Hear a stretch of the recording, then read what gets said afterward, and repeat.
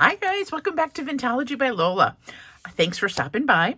I wanted to share something with you that I just decided today that I was going to try it. It had come up on my Pinterest feed, and when I went to go look for tutorials, I could only find one. I found millions of examples of it, but I couldn't find a tutorial on it. So if there's interest in it, I can certainly do the tutorial, but I wanted to just kind of give you an overview of what I did. And then you can choose to do it or not. So what did I make? I did embroidery on photos, okay? And it was a lot of fun, and there is definitely a learning curve to it. So if you start it, do not feel bad because when I show you my starting projects, you will understand exactly what I mean. So I will just tell you that I started by going and looking through my photos, okay? And I have old photos that are not mine that I have bought from auctions or at thrift stores, whatever. Okay, so I looked through those, and you're trying to find, and this is, okay, so let me just make a disclaimer. This is my opinion. You can do whatever you want, but this is what I found worked best for me. You need something that has a background that you can stitch, or has flowers, or has greenery, or something that you could turn into flowers, because you aren't really stitching the people, you're stitching the background, if that makes sense. So here's one of them, and I thought I could do it right up in here and maybe a little bit over here, right?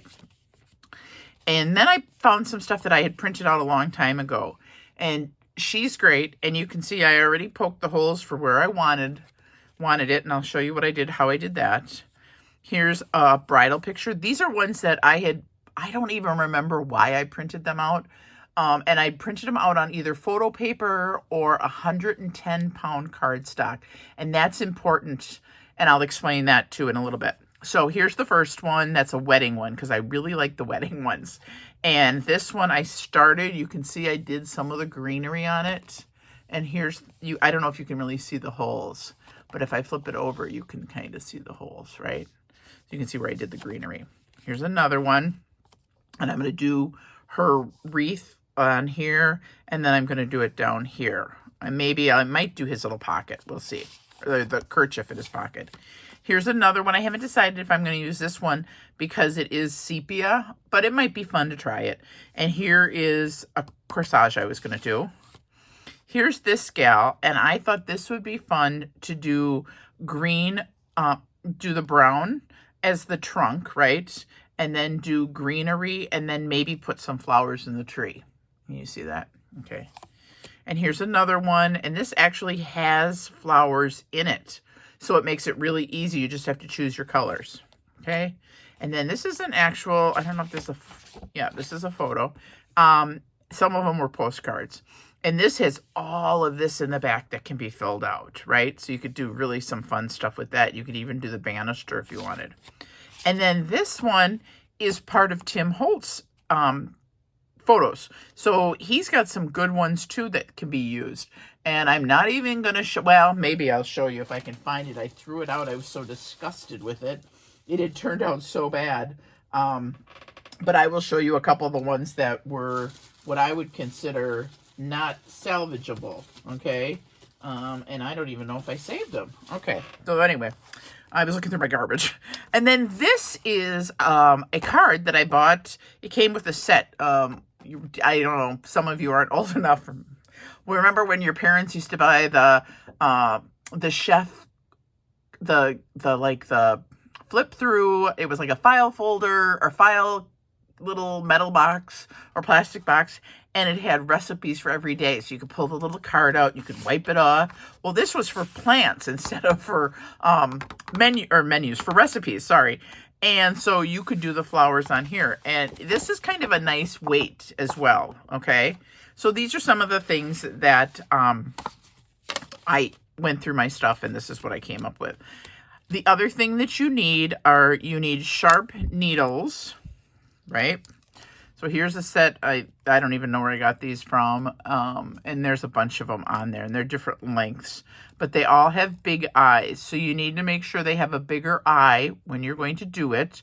And you need to make sure that it's got a sharp, If you get a dull one for embroidery, like for cross stitch, you're going to have a really hard time going through the paper, okay?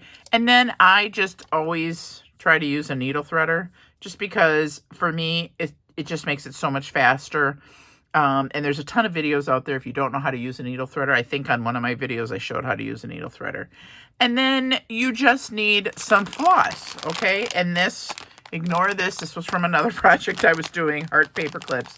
But this is 30-some color, or 30-some skeins from Hobby Lobby for, I'm going to say probably between $3 and $3.50. And they have different color groups. If you want primaries, I like this one because it was a little more vintagey. And you get a lot in here. And I, by no means, I'm saying that you have to get DMC. And DMC is fabulous. And when I'm doing projects that make I want to make a statement, I'm going to use DMC because it doesn't fade, it doesn't run, it doesn't bleed when you wash it. But I'm not going to be washing any of these pictures. And if it's going into a junk journal, I don't need to use the 79 cents a skein cotton thread or floss. So that's why I bought this. I thought this was a great deal, and I can use it for a bunch of other things, which makes me feel really good. And if I always misplace. I always misplace the 1 or 2 colors that I buy for something. This isn't a big bag, and you can see I've already been into it, okay? So now let me show you what I did. So here is the first one that I tried, you guys. And it was an actual photo, and I'm okay with it because it's not a family member. But you can see just how big my French knots are. And I wanted it because this was kind of like a trellis. So I wanted it to come down here. But you can't see the woman because I have so many French knots. And I used 3 different colors, and I thought maybe I could make it work, and I couldn't. I just didn't like it.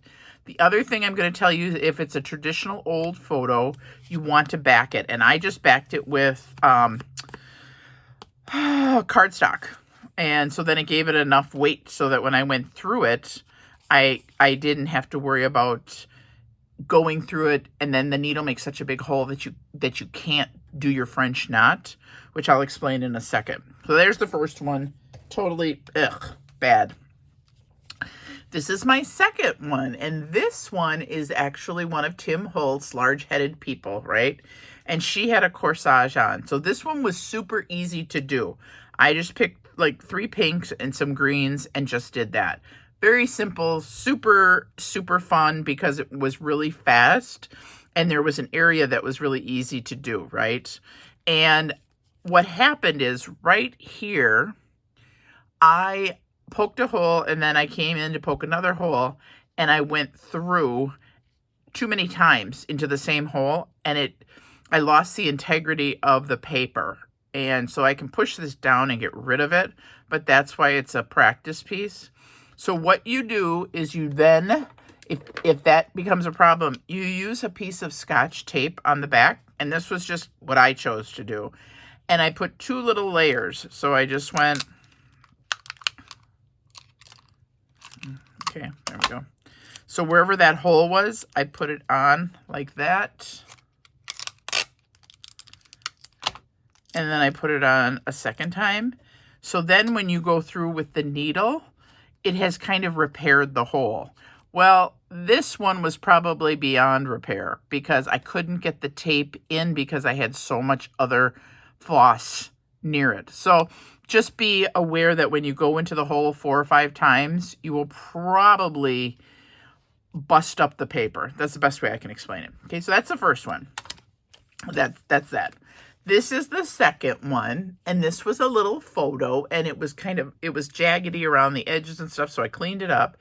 And this little boy was actually sitting in a field, or he was standing in a field, and there were a bunch of little flowers down here. I don't have any idea what he was holding because the picture didn't show. So I ended up making it a flower. And, my daughter's like, well, what's he holding? And I said, in the pictures I saw, it was kind of abstract. So I have him holding a huge flower. But again, this was an entire piece of floss. I did not separate it. Floss has 6 threads that make one piece, which I'll show you in a second.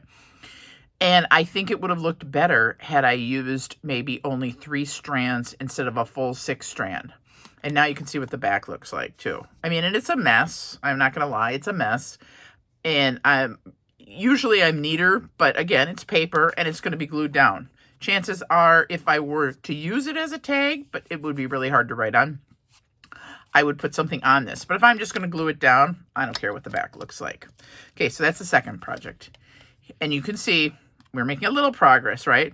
So here's 3. And 3 was going along very well until I tried to do the back of the little boy's top. Okay, I liked the Christmas tree. I liked the yellow French knots. I liked the little French knots in her hair. And then I went to go do his back bib. And I don't think it's called a bib. It's the flap on the back, and I can't remember what it's called. And I thought, okay, this was black, and then this was the other part of it. Well, when you look at it, now that's the only thing you can see is this thing instead of the whole tree. So wasn't digging that, but it was a great practice piece to practice some other stitches and stuff. I was very happy with that. Okay, here's the next one, and it gets see, it's getting better, right? We look, it's getting a little better, a little better. This was a postcard, and I don't even know where I got it. Just it was with pictures and stuff.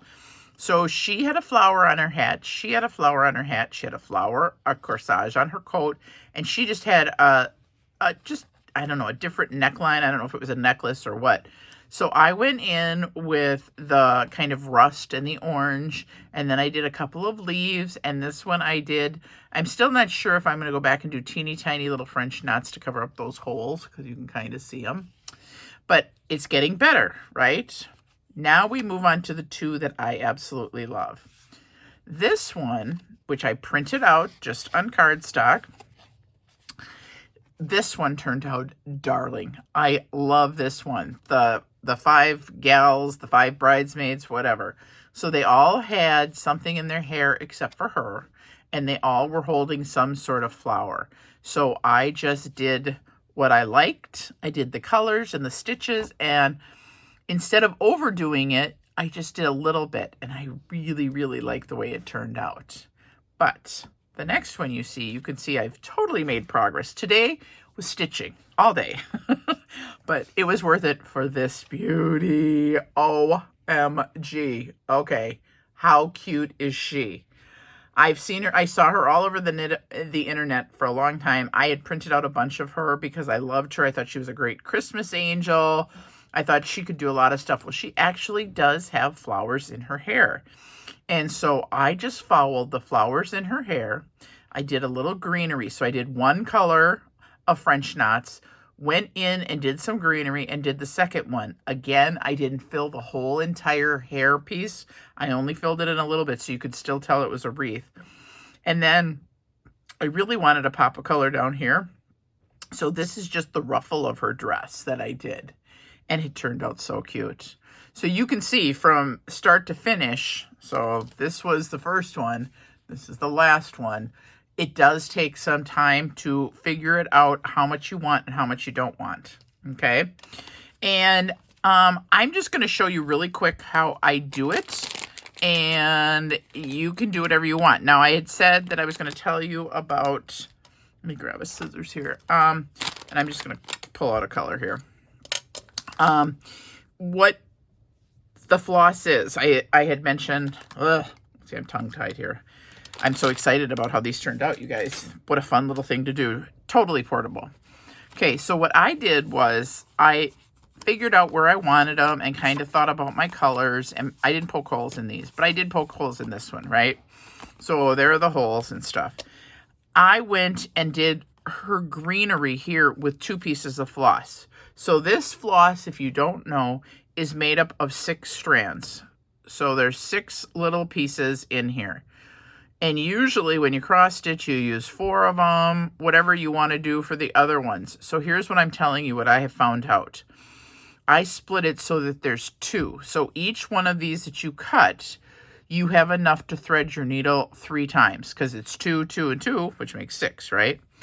So there's that. Let me see if I can find where my needle went. Where did I put my needle? That's always a good thing, right, you guys? Okay, well, we'll just use one of these. Okay. All right. So let me just grab this one. Okay, and I guess I'm going to show you how to thread a needle, to use a needle threader. So you're going to take this piece that you can probably barely see. It's just a very fine piece. You're going to put that through the eye of the needle. Okay, and then you're going to take your floss and you're going to stick the floss through the hole of the threader. Okay, so here it is. And I'm just going to go in like so, pull a little bit through, and then all you do is pull your needle threader through. There you go. And you take off, except I probably have it doubled here, right? Yep. And so then you're going to take your needle threader off. Now, some of the stuff that I watched and read, I heard you don't do a knot. I'm doing a knot because for me, it's the easiest thing to do. Okay. So then you just choose where you want to go. Now it is easier. Oh, here, I probably should tell you this too. Oh, there's my needle. This is a mat that I use to make flowers.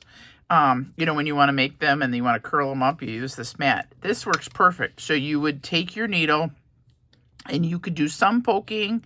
And then if you wanted, you could poke some other stuff later, however you decide you want to do it, right?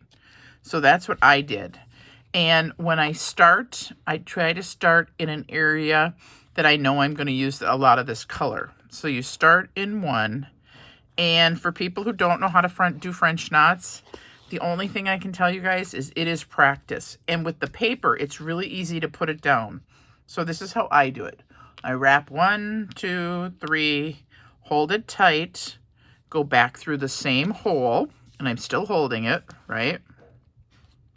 And sometimes it's hard. And that first one always is. Okay. Still holding that piece down. Okay. All right. So this is a perfect example of what happens sometimes. So somehow I went through the hole. I love that this happens in real time so that you guys can see this stuff. So I'm not the only person. So my knot wasn't big enough in the back. So we will try this again. Go this way. Okay. So if you find that that's happening a lot, you need to wrap it more times. So you can wrap it 1, 2, 3, 4, 5. Holding this piece, you're going to go back into that hole. Hold it. Push through. Okay. But not on your pad, because your needle, my needle is stuck in there. Okay, there we go. So I'm going to hold that, pull it through, and there's your first French knot. Okay, so then I just started kind of going, if I'm going to do 2 colors, I try not to do them so that they're so close. So here, again, 1, 2, 3, 4, 5, into the hole, like that, holding it, and there it is, right? And the beauty of the French knots, I have to say, is that, look at this head 4 and this head 5, so they're totally different looking, which is what flowers are. They're totally different. So this was something kind of fun, something kind of different for you guys, and I just wanted to share it with you because I couldn't find a tutorial. If you have any questions, or if I haven't made something clear enough for you to try it, please put it in the comment below and I will be more than happy to answer any of your questions. Remember, I just started teaching myself last night, and I thought, oh, I'll just get on YouTube and show you guys. So hopefully you understand that I am certainly not an expert, but I will try to walk you through anything that I have learned so that you could learn. The other thing that I wanted to tell you that I haven't tried is I have seen it done with teeny tiny seed beads and with sequins if you want to use the pictures. Do not use a good picture. Print out a picture on 110 cardstock or on photo paper and then back it. Do not start on a good photo. That is my only advice, that is hard and fast, okay? So, again, thanks for stopping by. Have a great day. Hopefully, I'll see you sooner than later, guys. Thanks for watching. Peace out.